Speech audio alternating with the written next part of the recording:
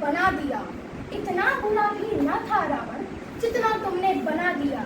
बुरा भला उसको कहकर तुमने उसकी अच्छाइयों को ही दबा दिया। बुरा भला उसको कहकर तुमने उसकी अच्छाइयों को ही दबा दिया। नमस्कार, आप सभी लोग मेरा रौद्र रूप देखकर समझ ही गए होंगे कि मैं हूँ लंकापति रावण। हा हा हा हा। आप सभी लोग मुझे एक पापी के नजरिए से देखते हैं क्योंकि मैंने प्रभु श्री राम की अर्धांगिनी जनकपुत्री माँ सीता का हरण किया था। क्या आप इसके पीछे के एक विचार से परिचित हैं? बताइए बताइए। मुझे ज्ञात है कि आपको एक विकार नहीं पता, तो आज मैं आपको अपने बारे में सत्य बताता हूँ। मैं पूर्व जन्म में भगवान विष्णु का द्वारपाल हुआ करता था, परंतु ब्रह्मा के बालकों के दिए हुए श्राप के कारण मुझे इस पापी धरती पर रावण के रूप में जन्म लेना पड़ा। मेरा जन्म त्रेता युग में हुआ था। मेरे पिता का नाम परम पूज्य विश्वा था और माता का नाम कैकसी था। मैं अपने माता पिता का एक आज्ञाकारी पुत्र था। मैं एक कुशल राजनीतिज्ञ, संगीतज्ञ, चित्रकार एवं वैणिक था। क्या आपको मेरे नाम का अर्थ पता है? रावण। आप भी सुनकर हैरान होंगे कि एक बार अपने माता पिता को भगवान शिव के दर्शन करवाने हेतु मैंने कैलाश पर्वत उठाना चाहा और उठा भी दिया, परंतु भगवान शिव ने अपने चरण का अंगूठा उस पर्वत पर रख दिया और मैं उनके अंगूठे का बोझ सहन न कर पाया और जोर जोर से चीखने लगा, जोर जोर से चिल्लाने लगा। मेरे चीखने और चिल्लाने के कारण ही मेरे गुरु ने मेरा नाम ही रख दिया, रावण, जिसका अर्थ होता है जोर से चीखने, चिल्लाने और दहाड़ने वाला। वैसे मुझे लोग मेरे 10 सर होने के कारण दशानन के नाम से भी जानते हैं। मैंने उसके बाद ब्रह्मा जी की कठोर तपस्या की।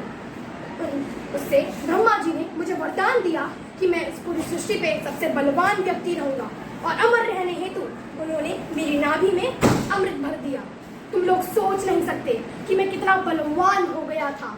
तुम मेरी शक्तियों का अनुमान केवल इस बात से लगा सकते हो कि मेरा वध करने स्वयं भगवान विष्णु को राम अवतार लेकर धरती पर जन्म लेना पड़ा था।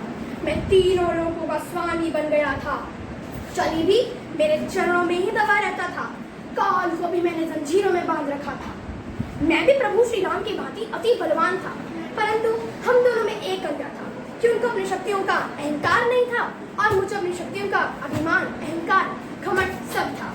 और जो आप सुनते हैं ना, जटार जवी कलक जलक प्रवाह पावितस्थले गले विलंबे लंबितं भुजंगितं हिमालिका डमट डमट डमट डमन्निना डमट डमरवयं चकार चंड तांडवम तुनो न शिव शिवम। कवि रचयिता मैं ही हूँ। क्या आप लोग जानते हैं कि मेरी 3 खास इच्छाएं थी? पहली, लंका से स्वर्ग तक की सीढ़ियां बनाना। दूसरी, सोने में सुगंध पैदा करना। तीसरी, आगे की पीढ़ी को पानी की कमी न हो जाने के कारण मैं समुद्र का पानी खारे से मीठा करना चाहता था। अब हम बात करते हैं मेरे सबसे बड़े पाप या फिर कहो कलंक की, कि क्यों मैंने माता सीता का हरण कराया। अपने बड़े पापों पर नष्ट करवाने हेतु और अपने लंका वासियों का उद्धार करवाने हेतु मैंने माता सीता का हरण करा था। वैसे बहुत कम लोग जानते होंगे कि जितने समय हमारी सीता मैया मेरी अशोक वाटिका में बसी थी, मैंने उनको एक बार भी नहीं छुआ था, क्योंकि मैं भी स्त्रियों का सम्मान करता हूँ। अंत में तो आप जानते ही हैं, प्रभु श्री राम ने दिव्यास्त्र से मेरा वध कर दिया था, जिस दिन को हम दशहरा या विजयदशमी के नाम से जानते हैं। विजयदशमी के दिन आप मेरा पुतला जलाकर प्रसन्न तो बहुत होते हैं, परंतु कभी आपने मेरी अच्छाइयों के बारे में सोचा है कि मैं कितना अच्छा था? इसलिए दशहरा के दिन मेरा पुतला न जलाकर अपने मन के रावण को जलाया करो। भगवान राम को स्वयं पता था कि मुझे अनेक वेदों और अनेक पुराणों का ज्ञान प्राप्त है, इसलिए उन्होंने मेरे अंतिम समय में अपने छोटे भाई को मेरे पास कुछ ज्ञान प्राप्त करने भेजा था। और वो कुछ अच्छी बात यह है कि हमें शुभ कार्य जितना जल्दी हो सके उतना जल्दी कर देना चाहिए और बुरा कार्य जितना जल्दी हो उतना जल्दी टाल देना चाहिए।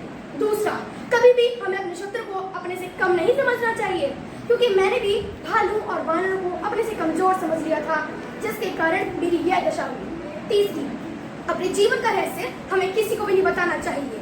मैंने भी अपने छोटे भाई को अपनी नाभि में अमृत वाला रहस्य बताकर बहुत बड़ी भूल कर दी थी, क्योंकि उसने भी अंतिम समय में भगवान राम को मेरी नाभि में अमृत के बारे में बता दिया था, अन्यथा शायद मैं इस सृष्टि पर अभी भी जी रहा होता। जाते जाते एक बात कहना चाहूंगा कि दूसरा बुराइयां ढूंढने से पहले हमें खुद की बुराइयों का पता होना चाहिए। हर हर महादेव।